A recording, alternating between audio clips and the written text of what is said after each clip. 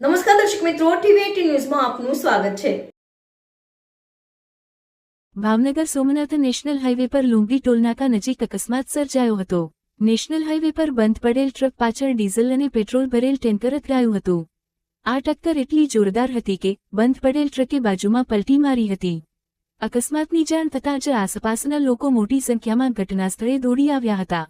ટેન્કરનો ચાલક અકસ્માતમાં ફસાઈ જતા સ્થાનિકોની મદદથી ટેન્કરમાંથી બહાર કાઢવામાં આવ્યો હતો।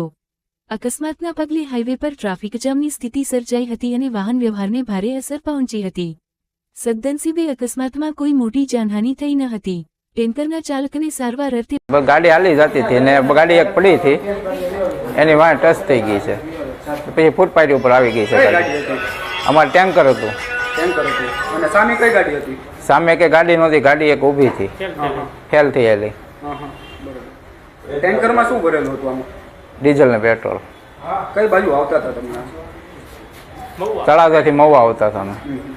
આમાં કેટલા વ્યક્તિને ઈજા પહોંચી છે ટ્રકમાં? અમે બે જ હોઈએ ને એમાં। મેં અમદાવાદથી ટ્રક ભરીને આવતા હતા, એમાં ચક્કર જેવું આવી ગયું એટલે આગળ એક ગાડી પડી હતી, એની હારે ફટકાઈને ફૂટપાયરી ઠેકીને વહી ગઈ ગાડી। ટ્રકમાં શું ભરેલું હતું? પેટ્રોલ અને ડીઝલ। સામું શું હતું આમાં? સામો સિમેન્ટનો ટેન્કર। આમાં કેટલા વ્યક્તિને ઈજા થઈ છે એમાં? કેમાં એ ઓલામાં આ ટ્રકમાં 2 જણાના। હા ભાઈ કંડક્ટર છે, હું ડ્રાઈવર છું।